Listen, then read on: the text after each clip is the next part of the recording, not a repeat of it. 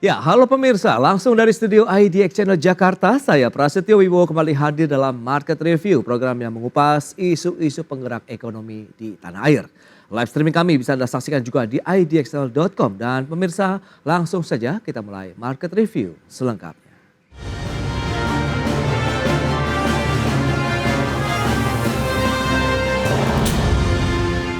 Ya, Presiden Joko Widodo masih mengamati progres pembangunan Ibu Kota Nusantara sebelum menerbitkan keputusan Presiden yang mengatur pelaksanaan pemindahan Ibu Kota Negara. Kelak, jika pusat pemerintahan Indonesia telah berpindah ke IKN, maka Jakarta akan fokus menjadi pusat perekonomian nasional. Presiden Joko Widodo mengaku masih memantau progres pembangunan Ibu Kota Nusantara atau IKN sebelum menerbitkan keputusan Presiden atau Kepres tentang pemindahan Ibu Kota Negara dari Jakarta ke IKN. Jokowi menjelaskan, Kepres tersebut bisa diterbitkan di sisa masa pemerintahan saat ini jika progres pembangunan IKN kian menunjukkan tren positif. Namun tidak menutup kemungkinan Kepres tersebut akan diterbitkan oleh pemerintahan selanjutnya atau setelah bulan Oktober 2024 mendatang. Kepresnya bisa sebelum, bisa setelah Oktober, kita melihat situasi lapangan. Kita tidak ingin memaksakan sesuatu yang memang belum, jangan dipaksakan. Semuanya dilihat, progres lapangannya dilihat. Kepres tersebut akan menjadi aturan teknis dari Undang-Undang Nomor 2 Tahun 2024 tentang Provinsi Daerah Khusus Jakarta yang telah ditandatangani pada 25 April 2024 lalu. Adapun dalam pasal 3 ayat 2 Undang-Undang Provinsi Daerah Khusus Jakarta disebutkan bahwa Provinsi Daerah Khusus Jakarta berkedudukan sebagai pusat perekonomian nasional dan kota global. Kemudian dalam pasal 4 disebutkan Provinsi Daerah Khusus Jakarta sebagai pusat perekonomian nasional dan kota global sebagaimana disebut dalam pasal 3 ayat 2 berfungsi sebagai pusat perdagangan, pusat kegiatan layanan jasa dan layanan jasa keuangan, serta pusat kegiatan bisnis nasional, regional, dan global. Berbagai sumber IDX Channel.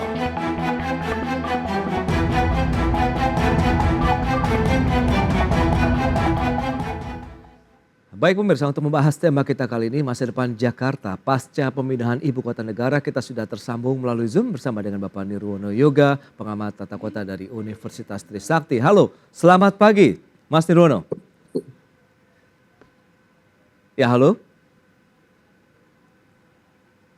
Selamat pagi Mas Nirwono Yoga. Baik, sepertinya kami sedikit ada gangguan begitu untuk jalur komunikasi dan kita akan sapa lagi nih, ada Bapak Ajib Hamdani, analis kebijakan ekonomi dari Asosiasi Pengusaha Indonesia atau APindo. Selamat pagi Pak Ajib. Ya, halo. Halo, selamat pagi.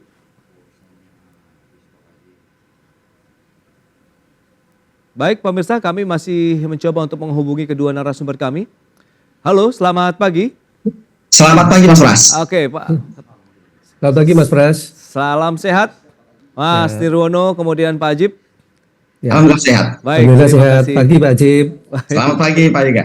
Ya, kali ini kita akan berbincang terkait dengan IKN dan juga masa depan kota Jakarta begitu ya. Pasca nanti ya pemindahan Ibu Kota Negara kita begitu ke wilayah IKN. Tapi kita akan review dulu dari kacamata Mas Nirwono Yoga begitu ya sebagai pengamat tata kota. Terkait dengan bagaimana pemindahan pusat pemerintahan dari Jakarta ke IKN Nusantara, kesiapan dari IKN-nya sendiri menurut pandangan Anda sejauh ini bagaimana nih? Silakan. Ya, sampai dengan kemarin sore ya, rapat koordinasi dengan teman-teman di PUPR yang bisa diinformasikan adalah untuk kesiapan tahap 1 terutama dalam persiapan untuk Agustus nanti. Memang masih banyak PR yang harus dikerjakan ya. Ada 2 PR yang menurut kami itu perlu digarisbawahi. Yang pertama tentu ketersediaan air bersih terutama yang masih dalam tahap persiapan sehingga baru paling cepat itu baru awal Agustus Mas Pras. Jadi ini juga jadi kendala kenapa kemarin misalnya Pak Presiden belum bisa berpindah ke IKN. Terus kemudian yang kedua selain listrik ya, bangunan-bangunan terutama untuk hunian rusun ASN ya, hunian ASN, TNI Polri dan Pas Pampres itu baru tahapnya 65-70%. Jadi memang kalau kita bicara untuk kesiapan upacara bisa dikatakan bisa siap, tetapi kalau untuk pindah berkantor di IKN masih belum bisa. Perkiraan paling cepat itu baru 2025 sebenarnya.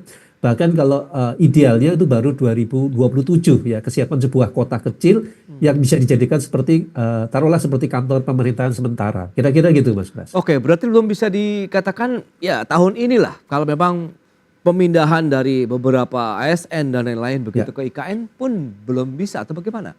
Iya betul. Jadi sampai kemarin sore ya misalnya ya, Iya. data yang didiskusikan kemarin itu adalah untuk rusun itu terutama ya, rusun untuk ASN targetnya kan tadinya 6.000, Oke. itu kemudian ditambah dengan rusun TNI Polri dan rusun Pas Pampres itu rata-rata progresnya baru 65-70% Mas. Jadi Oke. belum semua bangunannya itu topping ya, topping off-nya itu belum. Ini belum bicara soal infrastruktur ya, air bersih, listrik itu kan setelah bangunannya selesai. Jadi inilah yang kemungkinan baru akan bisa dikebut selesai itu akhir Desember 2024 untuk bangunan rusun loh ini ya. Baik. Nah, sementara kantor kementerian itu baru kementerian koordinator ya. 4 kementerian yang bisa dikatakan kantor bersama ya. Iya, Jadi iya. belum kantor secara ideal itu belum. Jadi memang masih banyak PR yang harus dikejar. Tapi garis bawahnya gini Mas, kalau untuk sekedar upacara Agustusan nanti Iya. bisa dikatakan siap. Tetapi kalau Oke. untuk berkantor misalnya ya, Iya, iya. ini belum dikatakan siap untuk sebuah kota. Oke, oke. Kira-kira itu. Baik, Mas Nirwono. Nah, dari kacamata pelaku usaha Apindo nih, Pak Ajib bagaimana review Anda begitu pemindahan pusat pemerintahan dari Jakarta ke IKN Nusantara?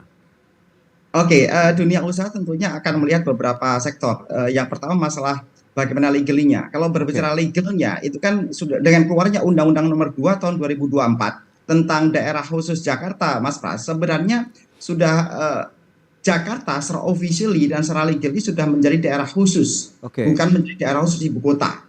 Dan yang menarik sebenarnya kalau kita mencermati secara lebih komprehensif dengan adanya pembentukan DKJ ini juga pembentukannya aglomerasi. Jadi Jakarta itu terkoneksi dengan Jabodetabek dan Cianjur.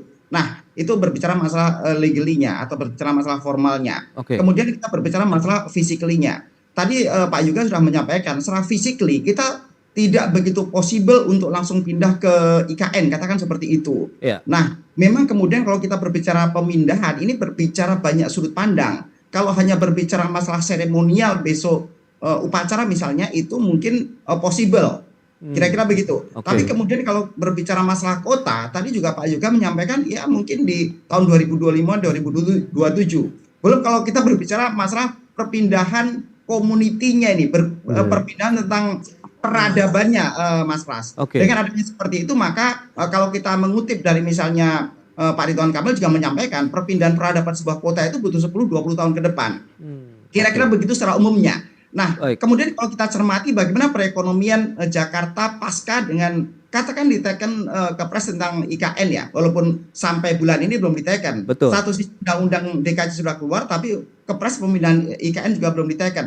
Tapi kalau kita mengamati dari sudut pandang dunia usaha, Mas Pras, sebenarnya dalam jangka pendek ini dalam 1-2 tahun ke depan tidak akan berpengaruh secara signifikan, walaupun kemudian kita memerlukan beberapa penyesuaian konsep bisnis, Mas Pras. Karena kalau kita lihat memang pertumbuhan ekonomi di katakan DKJ Jakarta ya, kita udah berubah DKJ, itu cenderung mengalami penurunan dibandingkan 2022 ketika ke 2023, Mas Pras. Di mana 2022 kita lihat pertumbuhan ekonomi Jakarta itu mencapai 5,25%, tapi kemudian kita mengalami penurunan di tahun 2023 hanya di bawah 5%. Artinya ini menjadi beberapa indikator makro yang perlu kita cermati bahwa Jakarta perlu segera berbenah, bahwa Jakarta perlu segera melakukan beberapa penyesuaian dengan adanya isu perpindahan IKN. Sebenarnya kalau kita lihat, coba kita lihat 5 tahun ke belakang, sebenarnya isu negatif atas Jakarta itu bukan perpindahan IKN, tapi misalnya karena Jakarta mau tenggelam misalnya. Coba kalau sebenarnya kan isu-isu itu yang menjadi isu sentral yang memberikan sentimen negatif terhadap Jakarta, Mas Pras. Tapi artinya secara umum, jangka pendek ke depan, berbicara 2-3 tahun ke depan, Jakarta tidak akan terpengaruh secara signifikan. Karena kalau kita lihat PDRB Jakarta, produk domestik regional bruto Jakarta mempunyai skala yang sangat kuat, lebih dari 3.000 triliun. Artinya ini skala ekonomi yang cukup besar dan jangka pendek tidak akan terlalu terpengaruh dengan adanya isu perpindahan IKN. Baik. Kira-kira Mas Pak Ajib, Undang-Undang Nomor 2 Tahun 2024 juga menyatakan provinsi Jakarta begitu ya, khususnya ini akan berkedudukan sebagai pusat perekonomian dan juga kota global. Nah ini dia, penataan seperti apa kalau tadi Anda perlu sampaikan begitu, apakah tata kotanya, kemudian bagaimana sistem berlalu lintas dan lain-lain begitu, karena ada aglomerasi di sana. Kita bahas nanti di segmen berikutnya. Pak Ajib dan Mas Nirwono, kita akan jeda dulu sebentar. Pemirsa, pastikan Anda masih bersama kami.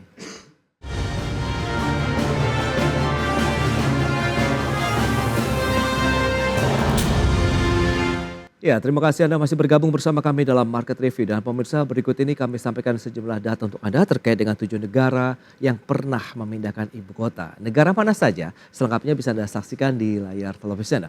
Ya, ini dia. Ada beberapa negara. Yang pertama ada Nigeria, begitu, dari Lagos. Kemudian ibu kota negara dipindahkan ke Abuja. Kemudian ada Pakistan dari Karachi ke Islamabad. Dan juga Brazil, Salvador ke Rio de Janeiro. Kemudian pindah lagi ke Brasilia. Kemudian ada Myanmar, Yangon ke Naypyidaw. Kemudian Turki dari Istanbul ke Ankara. Dan Malaysia dari Kuala Lumpur ke Putrajaya sebagai pusat pemerintahan. Dan juga Kazakhstan, Almaty menuju Astana. Dan Indonesia nantinya dari DKI Jakarta sebelumnya. Kemudian pindah ke IKN Nusantara. Baik, kita akan lanjutkan kembali perbincangan bersama dengan 2 narasumber ciamik kita begitu ya pagi hari ini.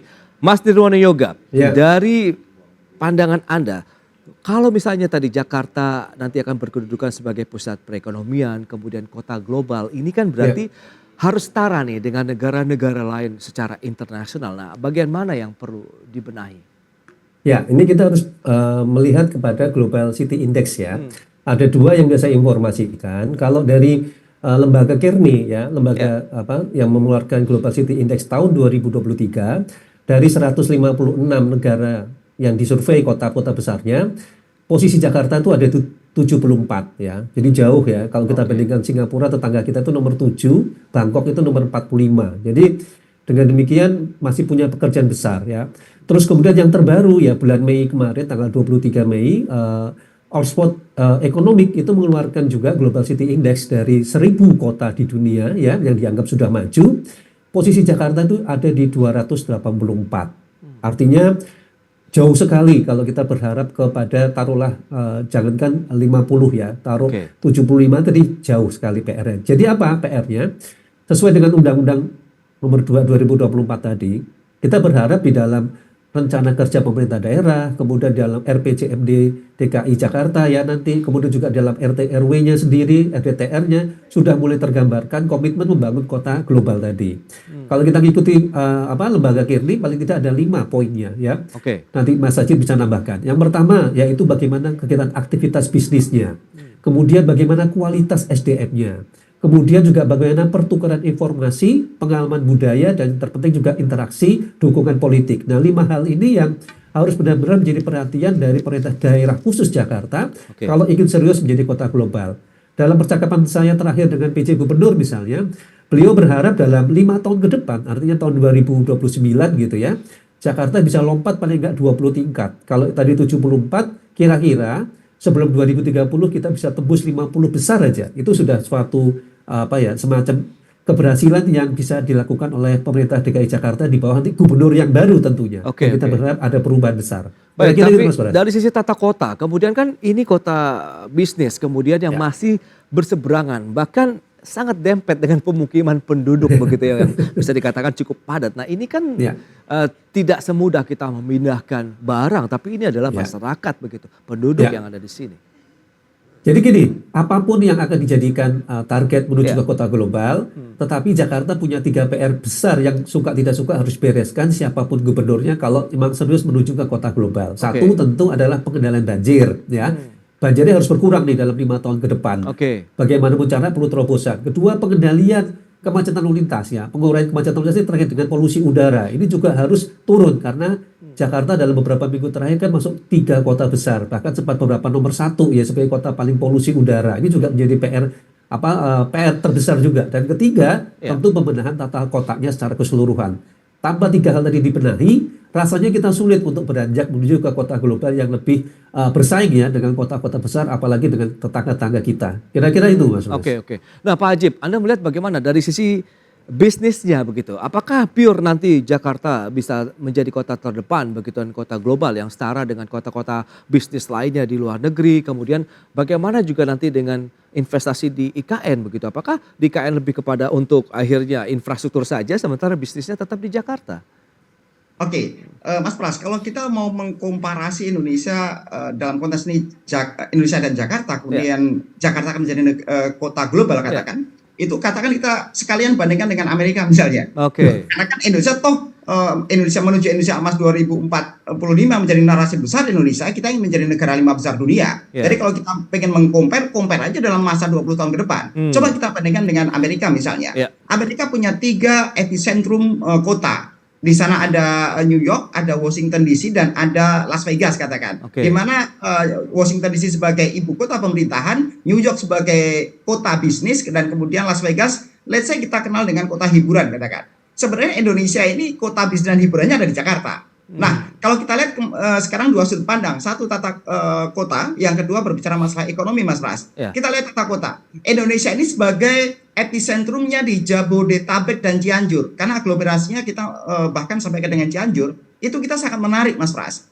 Sebuah kota, sebuah ekonomi itu akan berbanding lurus dengan tingkat perputaran orangnya sebenarnya. Dan kalau kita lihat Indonesia itu sudah Jakarta katakan, itu sudah didesain dengan sangat menarik, Mas Pras. Kalau kita lihat sudah lebih dari 16 ruas tol di Jakarta, kemudian kita terkoneksi beberapa lingkar luar yang bahkan terkoneksi dengan beberapa kota sekitar.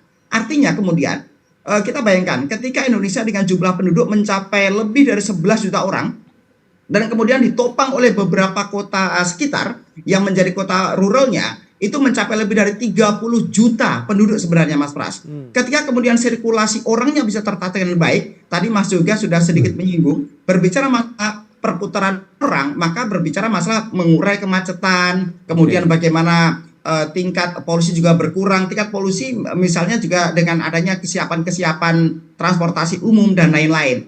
Ini kita sedikit masuk ke masalah teknis. Tapi kalau berbicara masalah tata kota, sebenarnya Jakarta sudah disiapkan untuk menjadi kota global ke depannya. Walaupun kemudian menjadi PR tersendiri, kemarin kalau kita mencermati dari PJ Gubernur menyampaikan, dibutuhkan anggaran juga tidak sedikit untuk bisa menjadi sebuah kota global. Walaupun mungkin comparingnya dengan negara-negara maju yang lain. Dan sebenarnya Indonesia belum apple to apple dibandingkan dengan negara maju, karena overall Indonesia juga masih emerging country. Kira-kira begitu, Mas Pras. Baik. Nah, strategi dari PJ Gubernur menyebutkan butuh 600 triliun untuk menjadi kota global. Nah, terakhir dari sudut ekonomi, Mas Pras. Kalau kita lihat,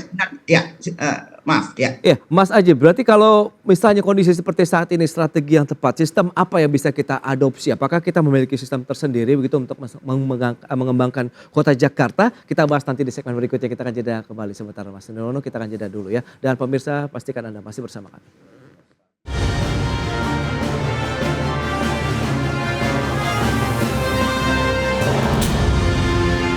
Ya, menarik perbincangan kita terkait dengan masa depan kota Jakarta pasca pemindahan ibu kota negara ke IKN nantinya. Begitu baik, Pak Ajib. Nah, ini perlu kita cermati begitu. Kalaupun misalnya pindah IKN ke sana, kemudian pusat pemerintahan di sana, berarti kan sebenarnya poros keuangan, poros kekuatan ekonomi Indonesia pun masih tetap di Jakarta begitu, Pak Ajib. Ya, begini Mas Pras, secara alamiah bisnis itu akan mengalir pada tempat yang menguntungkan paling banyak. Jadi kalau ada sebuah quotes bahwa begini, mata uang itu tidak mempunyai KTP, Mas Pras. Jadi sepanjang dia menguntungkan, dia akan mengalir ke arah sana. Dan saya pikir Jakarta ini sudah menjadi sebuah magnet bisnis yang luar biasa. Sekarang kalau kita comparing luar negeri, bisa ada pusat bisnis dan pusat ibu kota. Jangan lupa kalau kita mau juga comparing negara maju, Amerika, Washington DC, itu dibangun tahun 1790, Mas Pras. 250 tahun yang lalu gitu. Nah, artinya untuk memindahkan sebuah pusat kegiatan, pusat manusia itu membutuhkan waktu dan membutuhkan sistem. Dan saya pikir begini, Jakarta saya pikir tidak akan kekurangan daya tariknya untuk sebuah ekosistem bisnis. Tinggal bagaimana kemudian pertumbuhan ekonomi ini kita jaga sebenarnya, Mas Pras. Karena sekali lagi yang kita sampaikan adalah tren yang sedang menurun dan ini perlu kita cermati. Dan bahkan itu Jakarta itu sedang di bawah rata-rata pertumbuhan ekonomi nasional. Ini yang perlu kita cermati. Tapi sekali lagi kalau kita bertumbuh pada source, kalau kita bertumbuh pada demand, kalau kita bertumbuh pada konsumsi rumah tangga, Jakarta itu lebih dari 2.000 triliun, Mas Pras, untuk konsumsi rumah tangganya aja. Ya. Dan bahkan PDRB-nya kita lebih dari 3.000 triliun. Artinya perpindahan ibu kota dan narasi tentang IKN ini pun tidak akan memberikan dampak signifikan terhadap Jakarta. Walaupun sekali lagi Jakarta dan pemerintahnya harus mendesain bagaimana penyesuaian-penyesuaian terhadap pola ekonomi, pola pelayanan, dan pola bisnis yang ada di Jakarta sehingga tetap menarik dan menguntungkan buat dunia usaha. Tapi saya pikir Jakarta akan tetap menjadi epicentrum bisnis yang menarik buat pengusaha. Demikian Mas Pras. Baik, lantas kacamata dari sisi pengamat tata kota begitu, masa depan Jakarta begitu. Memang tadi harus ada penataan sistem mungkin yang perlu diadopsikah atau bagaimana sehingga ya ini nantinya juga akan menjadi pintu gerbang begitu ya Indonesia begitu di mata internasional. Ya, saya sepakat dengan Mas Sajid tadi. Kalau kita merujuk ke pasal 3 ayat 2-nya Undang-Undang Nomor 2 2024 jelas bahwa Jakarta akan menjadi pusat perekonomian nasional ya. Artinya suka tidak suka dalam bahkan pasca ibu kota tadi dari Jakarta, kita malah tambah bisa katakan gaspol ya, pembangunan kota Jakarta yang akan benar-benar menjelma menjadi kota yang setara dengan kota-kota besar dunia ya. Kalau kita lihat rencana pengembangan MRT misalnya, LRT, kemudian juga pengembangan kawasan aglomerasi, saya justru lebih optimis lagi Jakarta akan berkembang lebih pesat lagi, tentu didukung oleh Bodetabek Punjur tadi ya. Bahkan tidak terkemungkinan ini sampai dengan ke Purwakarta, Kerawang itu juga akan terdampak. Apalagi sekarang sudah ada kereta cepat misalnya. Jadi melihat perkembangan seperti itu, rasa-rasanya justru penataan kota harus lebih dibenahi supaya apa? Supaya kita benar-benar setara yang tadi ceritakan Mas Pras tadi. Bagaimana kita setara dengan New York, Sydney, kemudian juga Shanghai yang merupakan kota bisnis tapi bukan ibu kota misalnya. Ini juga menjadi PR bagi pemerintahan berikutnya sebenarnya Mas Pras. Ya, Mas Nirwono, tapi kita mengejar kesamaan, kesetaraan infrastrukturnya dulu deh kalau kita bicara mengenai aglomerasi Jabodetabek Jur begitu ya dengan wilayah Cianjur ini menurut Anda juga butuh waktu lagi nggak, butuh dana besar lagi nggak sih? Iya, apalagi tadi disebutkan ya kalau di undang-undang itu di pasal 51 sampai 55 memang akan disebutkan Dewan Kawasan Aglomerasi ya. Tetapi yang perlu saya berikan catatan, kita sebenarnya punya pengalaman kurang bagus dalam hal badan koordinasi, badan kerjasama Jabodetabek Punjur. Jadi sudah ada namanya BKS ini, badan kerjasamanya. Tetapi sayangnya dalam 20 tahun terakhir tidak dapat bekerja dengan baik. Nah ini kita harap dengan adanya Dewan Kawasan Aglomerasi nanti bisa bekerja lebih baik. Poinnya sebenarnya gini, penyebutan misalnya ya, saya lebih mendorong bukan Jabodetabek Punjur lagi, tetapi menjadi Jakarta Raya. Ya, kenapa? Kalau Jakarta Raya semangatnya itu sebenarnya adalah membangun Jakarta secara keseluruhan yang benar-benar semangatnya standarnya adalah standar kota Jakarta. Tapi kalau kita bicara soal Jabodetabek Punjur, kita akan selalu mengkotak-kotakan nanti ya. Jakarta, Bodetabek, jadi seolah-olah ini timpang begitu. Parsial lagi ya. Parsial lagi. Padahal kalau membangun tadi ya tentang transportasi, hunian, pengendalian banjir, mengurangi kemacetan lintas itu kan bicaranya Jakarta Raya, bukan bicara Jabodetabek Punjur lagi. Nah itu mungkin pemahaman yang harus dirubah. Oke, itu dia. Semoga nanti ada lembaga yang sudah terbentuk ini nanti akan lebih efektif lagi begitu karena tugasnya akan lebih mengerucut begitu. Terakhir, Pak Hajib, singkat saja bagaimana pandangan Anda terkait dengan optimisme Jakarta benar-benar bisa menjadi kota global dan bisnis dunia?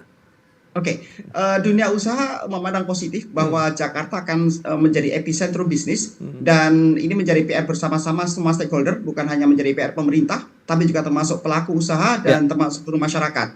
Dan kita yakin bahwa ke depan Jakarta akan menjadi kota global yang didukung oleh pemerintahnya dan dunia usaha akan siap mendukung untuk itu. Demikian Mas Pras. Baik, terima kasih Pak Hajib atas waktu dan sharing yang sudah Anda sampaikan. Mas Nirwono juga atas insight yang sudah Anda sampaikan. Selamat melanjutkan aktivitas Anda kembali. Salam sehat Pak Hajib. Terima kasih Mas Nirwono. Terima kasih Mas. Terima kasih Mas Yoga.